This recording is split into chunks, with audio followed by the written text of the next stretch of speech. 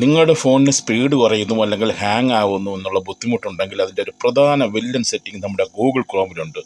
നിങ്ങൾ സെർച്ച് ചെയ്യുന്ന എല്ലാ സൈറ്റുകളും അവിടെ തന്നെ കിടക്കും. അതാണ് ഈ സ്പീഡ് കുറയ്ക്കുന്നത്. അത് എങ്ങനെ മാറ്റാം?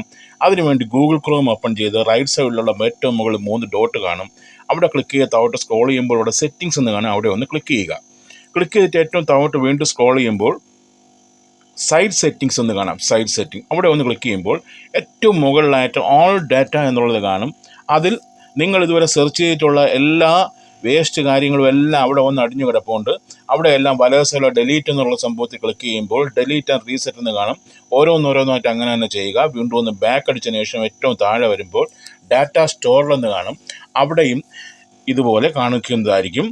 അവിടെ ഇപ്പോൾ എൻ്റെ ഫോണിൽ ഇതെല്ലാം ഞാൻ ഡിലീറ്റ് ചെയ്തുകൊണ്ടാണ് അവിടെ സൈഡ് സെറ്റിംഗ് സേവ്ഡ് പാസ്വേഡ് എന്നിവ ഡിലീറ്റ് ചെയ്ത് ബാക്കിയുള്ള എല്ലാം ഡിലീറ്റ് ചെയ്ത് കഴിഞ്ഞാൽ ഫോണിന് സ്പീഡ് കൂടും, ഹാങ് കിട്ടില്ല. ഇഷ്ടപ്പെട്ടെങ്കിൽ സബ്സ്ക്രൈബ് ചെയ്യുക.